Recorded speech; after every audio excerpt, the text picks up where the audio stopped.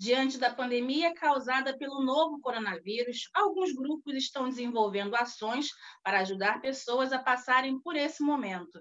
Hoje eu vou conversar com a psicóloga Fátima Marques, que participa do grupo A Chave da Questão e vem auxiliando muitas pessoas a manterem a mente sã nesse momento.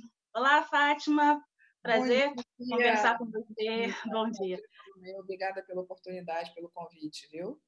Primeiro, eu gostaria de saber como é que a senhora está, doutora Fátima, nesse momento, como tem sido esses dias para você. Estou em casa, quietinha, com a minha família e vivendo as mesmas questões que a maioria das pessoas está vivendo. Uma ansiedade com relação ao que vai acontecer, um certo medo, né? Dentro também de conflitos familiares, dessa reinserção da família dentro de casa, né? Estou vivendo dessa forma, igualzinho a todas as pessoas, com as mesmas demandas, com as mesmas preocupações, mas com a certeza de que isso tudo vai passar. Vai passar, com certeza. E, doutora Fátima, para que isso tudo passe, é importante ter calma nesse momento, né? Ter um acompanhamento quando possível. Você faz parte do grupo A Chave da Questão, que já existia mesmo antes desse momento de pandemia, e eu queria que a senhora começasse falando como é que foi iniciado esse grupo, qual era o objetivo desse grupo, quando ele foi criado. A Chave da Questão é um site, né? Ele tem e tinha como objetivo juntar psicólogos, exclusivamente psicólogos, a pessoas que procuravam o processo terapêutico ou o processo psicanalítico. Ele já existe há uns 3 anos. É um site que se instalou de forma efetiva há uns 3 anos, com esse objetivo, primeiro, né? Nós tínhamos os profissionais lá cadastrados, as pessoas nos procuravam em busca de profissionais com credenciais validadas. Sou eu a idealizadora do site A Chave da Questão e sou eu quem coordeno tecnicamente esse site. Eu sou psicóloga, eu tenho 33 anos de experiência dentro da clínica, sou especialista no tratamento da depressão, da ansiedade, das doenças psicossomáticas, que são aquelas doenças de fundo emocional, conhecidas por nós como doenças de fundo emocional. Quando, dentro do consultório mesmo, eu comecei a ouvir os meus próprios clientes falando a respeito, falando com medo, com um sentimento de aflição, com relação ao vírus, eu comecei logo, né, meus 33 anos de clínica me trazem uma certa visão, né, um pouco mais ampliada. Eu comecei a perceber que esse medo, essa aflição iria se expandir para a população. E imediatamente como eu penso dentro do consultório, como eu sei, né, dentro do consultório, que nem todas as pessoas têm acesso ao processo terapêutico por conta dos custos dos consultórios particulares e por conta da lotação do serviço público.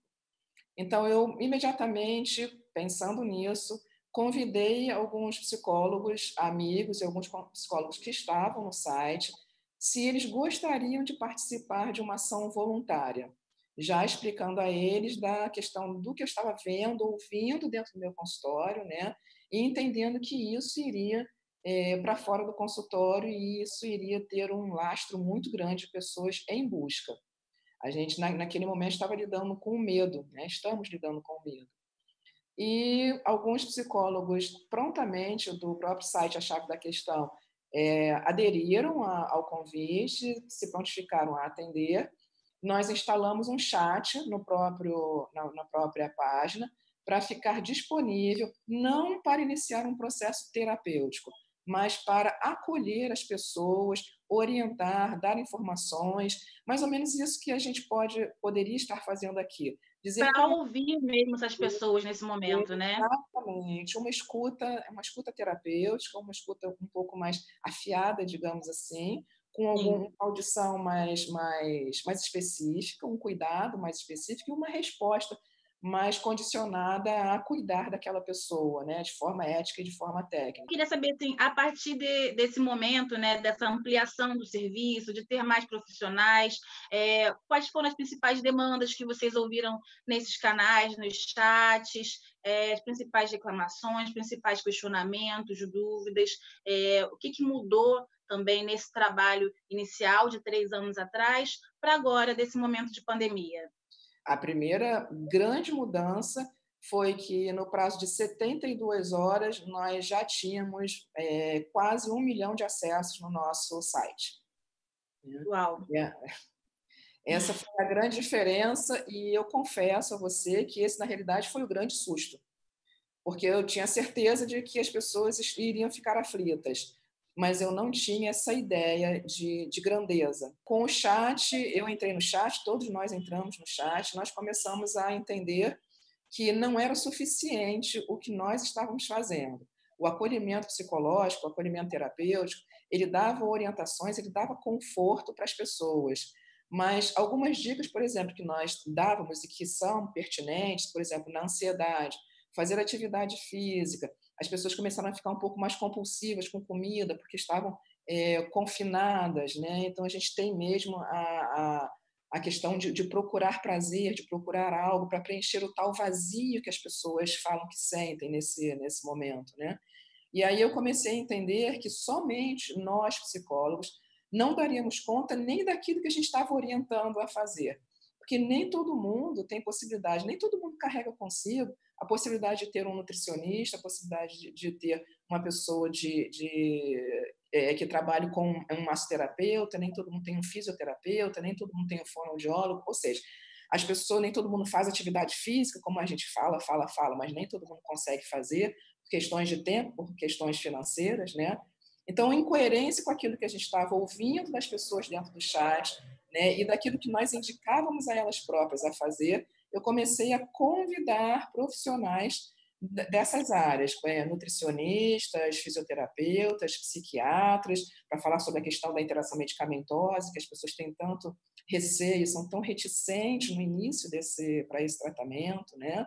E aí comecei a trazer a convite alguns profissionais também que não estão no chat, não estão atendendo, mas estão em lives, eles interagem com as pessoas 1 ou 2 vezes por semana, atividade de meditação, atividade física, tudo eu compilei no site para que as pessoas pudessem participar. Não existe custo com relação a nada disso que as pessoas fazem, né? É todo um trabalho voluntário dos profissionais e também a partir desse volume de pessoas nós abrimos mais canais de contato, de fala, de escuta e de troca de informações, né? que foi as nossas redes sociais, que seja o Facebook e o Instagram da chave da questão.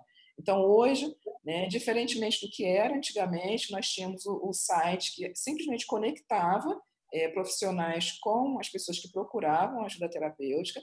Hoje nós temos um site de portas abertas ao mundo, nós temos pessoas que nos contactam de Portugal, da Irlanda, do Canadá, da Inglaterra, né, brasileiros, dos Estados Unidos, muitos brasileiros, casos interessantes, brasileiros que tinham acabado de chegar nos Estados Unidos, né, quando começou lá, né, não quando começou aqui, quando começou lá, Sim. haviam acabado de chegar aos Estados Unidos em busca de uma oportunidade e que falavam mal o inglês, né, falavam mal, se comunicavam mal, aflitíssimos, totalmente perdidos, né, e a gente sabe que o trabalho da gente fez uma enorme diferença na vida dessas pessoas. Nós fomos procurar orientação de como ajudá-los lá, ou seja, estamos fazendo um trabalho bem bacana, de fato, de acolhimento, de ajuda e de orientação para as pessoas. Não, esse trabalho com certeza é muito importante, porque a gente já está há mais de 40 dias aqui no Brasil, né? Há mais de 40 dias em isolamento social, o que com certeza vai fazer muito bem para o nosso corpo, né? Para a saúde do corpo, mas que pode afetar muito a saúde mental, realmente, esse isolamento, essa falta de informação mais específica de até quando a gente vai ficar nessa situação, quanto tempo isso vai durar. Realmente, o aconselhamento nesse momento é importante. Criar alternativas e estratégias, né, para a gente conseguir se manter. Fala-se muito, né, de uma certa preocupação de estar em casa, ou eu ouço muitas pessoas falarem a respeito da gente ter que se reinventar nesse período. Eu tenho conversado muito com as pessoas que assim, o melhor processo para nós, na realidade, antes da gente tentar se reinventar, é muito importante que a gente possa se revisitar. É muito importante que a gente possa se reconhecer antes de fazer qualquer mudança. Porque quando a gente fala de se reinventar, a gente fala de mudança, a gente fala de troca, né? A gente fala de um outro estado de coisa, de um outro estado de pessoa. Mas existe a possibilidade, caso a gente não se revisite, caso a gente não se reconheça, da gente reinventar algo que já existe dentro de nós e simplesmente nós não fazemos uso e simplesmente nós não entramos em contato com isso. Uma das principais questões que a gente orienta, que eu oriento as pessoas, é que esse período de confinamento é um período que a gente pode aproveitar verdadeiramente para fazer isso que eu estou falando, para que a gente consiga se revisitar. Nesse revisitar-se, a gente encontra potencialidades, desejos, argumentos, muita coisa que nos é própria, limites, muitas coisas que nos são próprias e que estão esquecidas ou não estão sendo utilizadas de uma boa forma na vida da gente. E que traz angústias e que traz conflitos lá do lado de fora. Né? A gente não pode esquecer, e eu falo muito sobre isso, que nós voltamos para casa.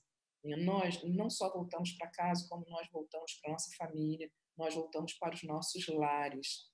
Até quem mora sozinho, que te fala, mas eu não tenho família, né? Mas essa pessoa volta para o seu lar. Hoje, ela não está simplesmente na casa do desenho, no telhadinho, nas paredes, na janela e na porta. Né? Ela está num lar que acolhe, não só onde ela dorme, mas que acolhe essa pessoa. Esse lar, essa família, né? Nós não estávamos muito acostumados a estar com eles. E nós vivíamos muito mais fora do que dentro. Então, Sim. esse retorno, né, está fazendo com que a gente revisite muitas pessoas dentro de casa, com que a gente, de verdade, encontre pessoas dentro de casa.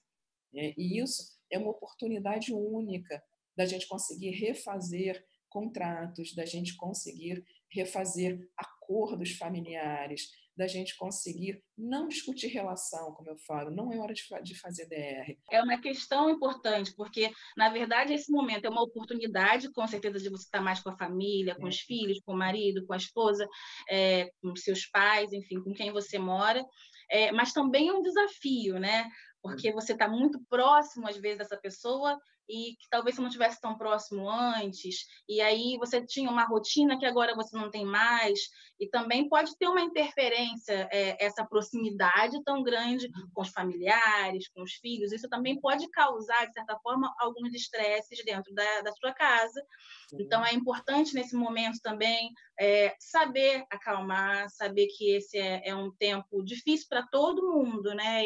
E tentar aliviar ao máximo as tensões e para não criar uma situação pior para depois também, né? Exatamente. É para depois ou até mesmo para dentro de casa. Existe um meme circulando por aí que diz que as pessoas ou vão sair obesas, ou vão sair alcoólatras, ou vão sair divorciadas, né? Sim.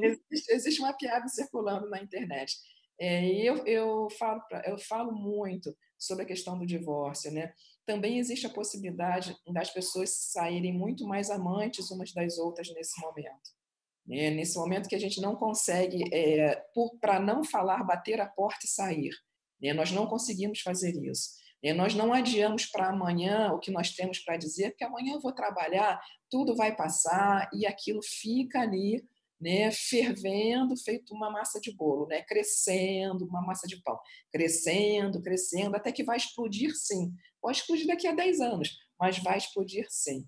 Né? Então, dentro dessa não possibilidade de bater a porta e sair e deixar a coisa fermentando dentro da família, nós podemos ter essa possibilidade de tentar dirimir esses conflitos, né? De tentar suavizar com a pessoa que está próxima de você, com os filhos, com o cônjuge, né? Suavizar a relação. Né? E suavizar, de fato, não é discutir a relação. Uma coisa interessante, eu tenho ouvido as pessoas no chat, tenho ouvido até nas minhas relações pessoais, as pessoas falando muito a respeito de, ai meu Deus, agora eu estou dando valor à minha empregada. Eu mandava ela fazer, né, 146 milhões de coisas e depois eu reclamava que ela não conseguia fazer.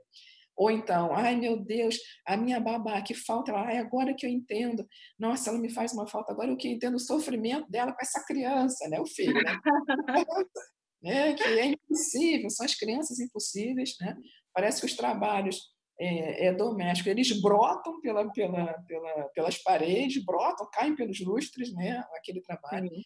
e com a simplicidade com que as pessoas estão falando, rindo a respeito dessa condição, né? Das pessoas, dos ajudadores da casa, né? É importante, gente, que a gente olhe para isso, né? Olhe para essa ajuda, olhe para esse esforço, para as pessoas agora que estão ao nosso lado. Que a gente reconheça nesse momento, né, que as pessoas que estão ao nosso lado estão fazendo isso que nós estamos falando a respeito de um outro externo. Então, valorizar nesse momento a pessoa que está ao nosso lado, que está tentando, sei lá, consertar as coisas, ensinar aos filhos, lavar a louça, lavando o banheiro, né, assim, que está fazendo a manutenção da casa de uma forma que você passou a admirar com a funcionária, passe a admirar com a pessoa que está ao seu lado. Porque ela também precisa, e agora, imediatamente, desse reconhecimento.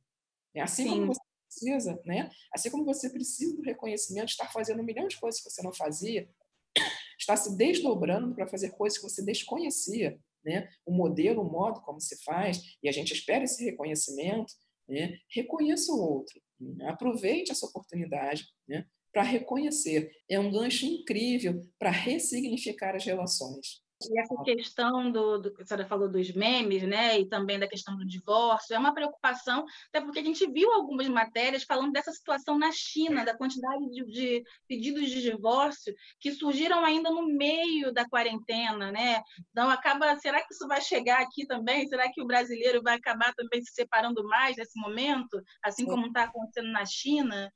Mas a organização, pensem a respeito de como é a organização familiar na China e como é a organização familiar no É mais Brasil. uma questão cultural também, a senhora acredita?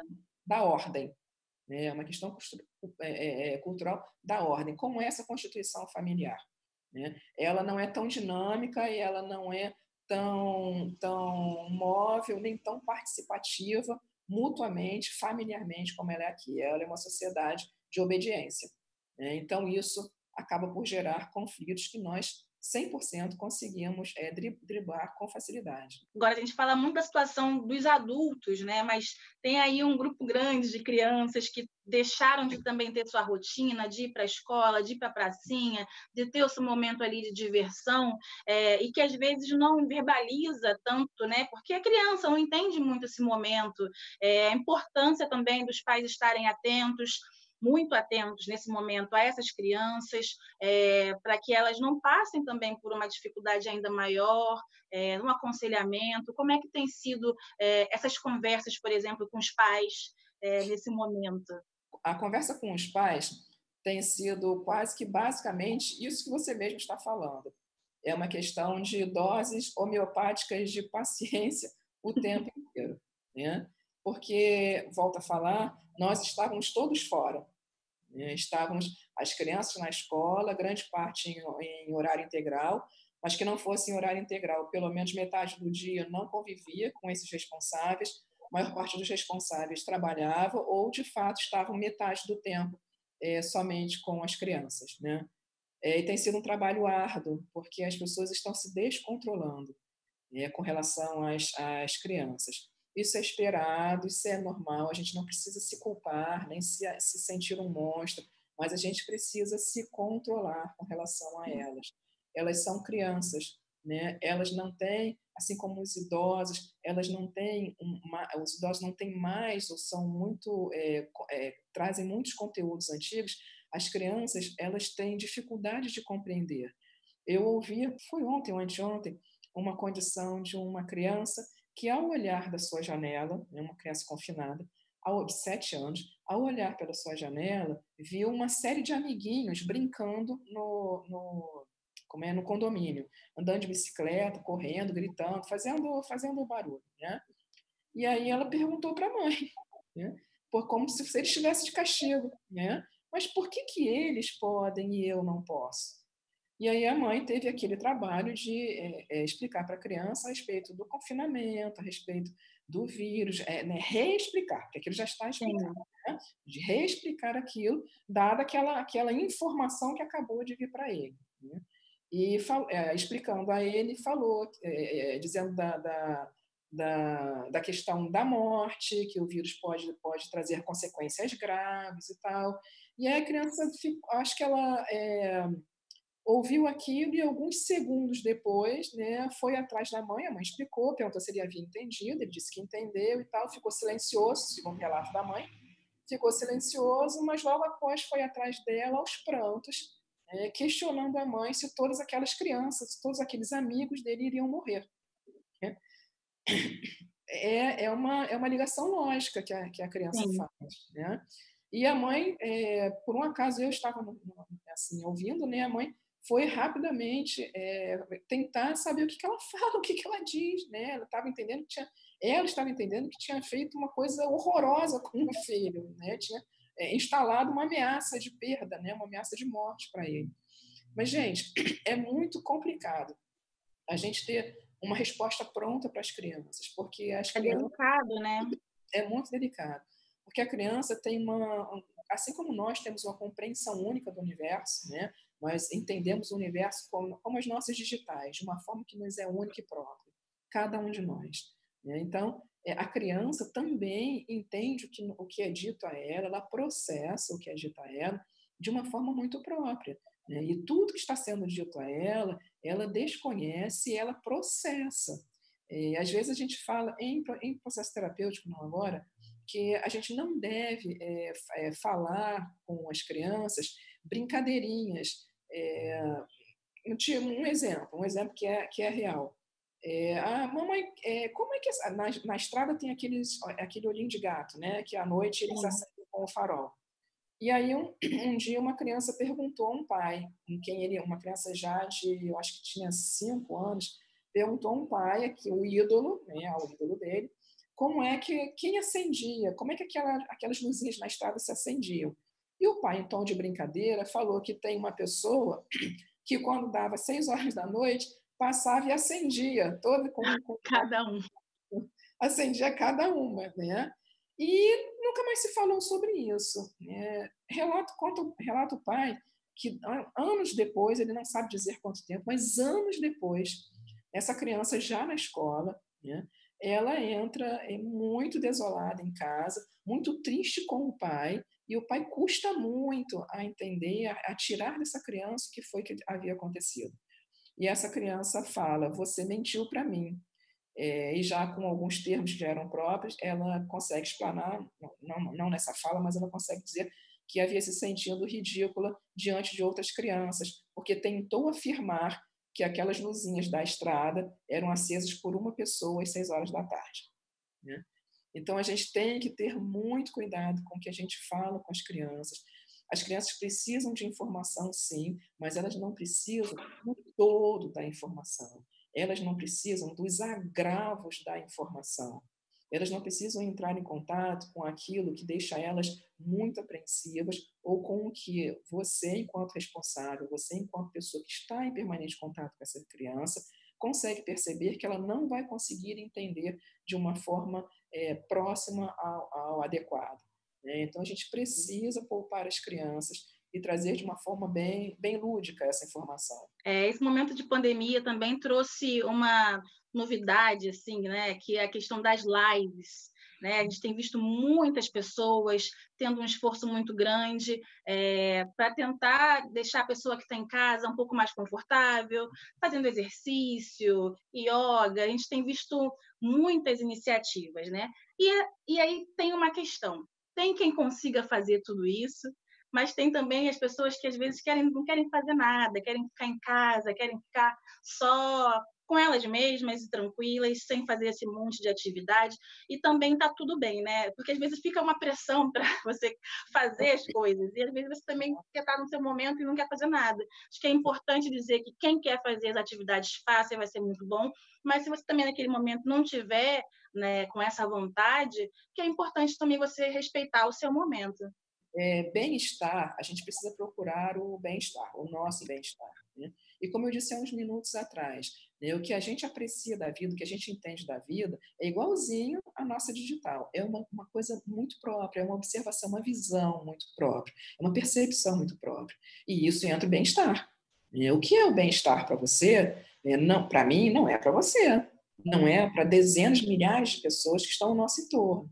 Cada um entende as coisas de uma forma. Nem as cores que nós olhamos, eu posso mostrar um quadro todo colorido para você. Eu vou perceber o laranja com uma força, você vai perceber o laranja de outra forma, né?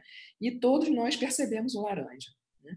É importante a gente, né? O site A Chave da Questão, por exemplo, ele dá dicas, né? E ele disponibiliza as atividades, mas não é para você fazer. Aquilo está disponível para você. O que a gente fala é, se você nunca fez, experimenta. É que nem uma comida que a gente comeu e achou gostosa. A gente diz, pô, nossa, isso é gostoso, experimenta. Mas não quer dizer que você tenha que gostar e não quer dizer que a partir daquele momento você tenha sempre que comer aquilo. Quer dizer que você deveria experimentar, porque é uma relação com o novo, e a relação com o novo traz uma certa excitação, traz uma certa alegria, né? Mas que você precisa decidir se você quer continuar, se você não quer continuar, se aquilo é bom, se aquilo é ruim para você. Né? Não existe estabelecimento de um bem-estar que é genérico e universal. Existem as informações do que pode trazer o bem-estar e você elege aquilo que traz bem-estar para você e continua a fazer ou não. E uma das questões que eu acho importante colocar, mesmo dentro da sua fala, é a questão do quer ficar consigo mesmo, quer ficar quietinho. É muito importante que as pessoas tenham, e aí que eu falo desse revisitar-se, né, desse perceber-se de forma amorosa, se esse estar consigo mesmo está trazendo angústia, está trazendo desconforto. Né? Aí é hora de você se ajudar, porque você já não estaria mais nesse lugar de conforto. Né? Estaria falando de um desconforto. Então, aí é hora de você procurar alternativas para sair desse mal-estar que você mesmo possa estar anunciando ou você mesmo possa estar sentindo. Tá ótimo, doutora. Eu queria que a gente terminasse o programa de hoje com a senhora dando uma mensagem para as pessoas nesse momento tão difícil que estamos todos passando, é o mundo inteiro, né? O mundo inteiro está passando por esse momento difícil. E eu queria que a senhora deixasse uma palavra de conforto para a gente nesse momento. Então, eu acho que eu falaria um resumo disso que a gente conversou aqui, né? Estamos vivendo um momento difícil, sim. Ninguém está feliz com o que está acontecendo, ninguém está seguro, se sentindo seguro com o que está acontecendo, mas nós estamos com uma oportunidade única, né, de nos revisitarmos, de nos acolhermos, de reconhecermos realmente a nossa família, de reconhecermos os nossos amigos. Nós estamos com uma possibilidade incrível de refazer os nossos laços e os nossos enlaces, de conviver um pouco mais com os nossos filhos, de rir um pouco mais em família, de ler os textos inteirinhos do WhatsApp, de realmente estar em contato assim, verdadeiro com as pessoas. Essa é uma oportunidade única e é muito importante que a gente consiga olhar para ela. É muito bacana que a gente consiga almoçar à mesa junto com toda a família. Quanto tempo a gente não faz isso? Né? Reservar espaço para estar com as pessoas, para estar consigo mesmo, encontrar toda a força, toda a energia, todo o poder que a gente tem dentro da gente e que a vida lá fora consome, feito um aspirador de pó, né, daqueles bem potentes, né, que aspira a nossa energia, que aspira as nossas forças. Estamos num lugar seguro, que é o nosso lar, que é a nossa casa. Podemos ensaiar coisas, podemos experimentar coisas. Vamos nos dar essa oportunidade. Vamos nos dar a oportunidade de nos revisitarmos, de experienciarmos quem somos de verdade. Não aquele personagem que precisa ir trabalhar, que precisa ir para a rua, mas aquela pessoa que somos, cheia de ideais, cheia de desejos, cheia de amor para dar, cheia de espaço para receber amor. Essa é uma oportunidade única, né? Mesmo vivendo esse momento de grande angústia, de grande ansiedade, né? Nós estamos com uma oportunidade de sermos de verdade quem somos. Doutora Fátima, muito obrigada. Parabéns pelo seu trabalho com a chave da questão, que a senhora consiga ainda ajudar muitas pessoas a passarem por esse momento de uma forma tranquila, que se mantenham saudáveis. Saúde para a senhora também. Para todos nós. Foi um prazer nosso bate-papo. Obrigada. Até a próxima, querida. Fiquem com Até a Deus. próxima. Tá? Obrigada. Obrigada. Obrigada a você de casa também que nos acompanhou no bate-papo de hoje. Cuidem-se, lavem as mãos. Fiquem bem.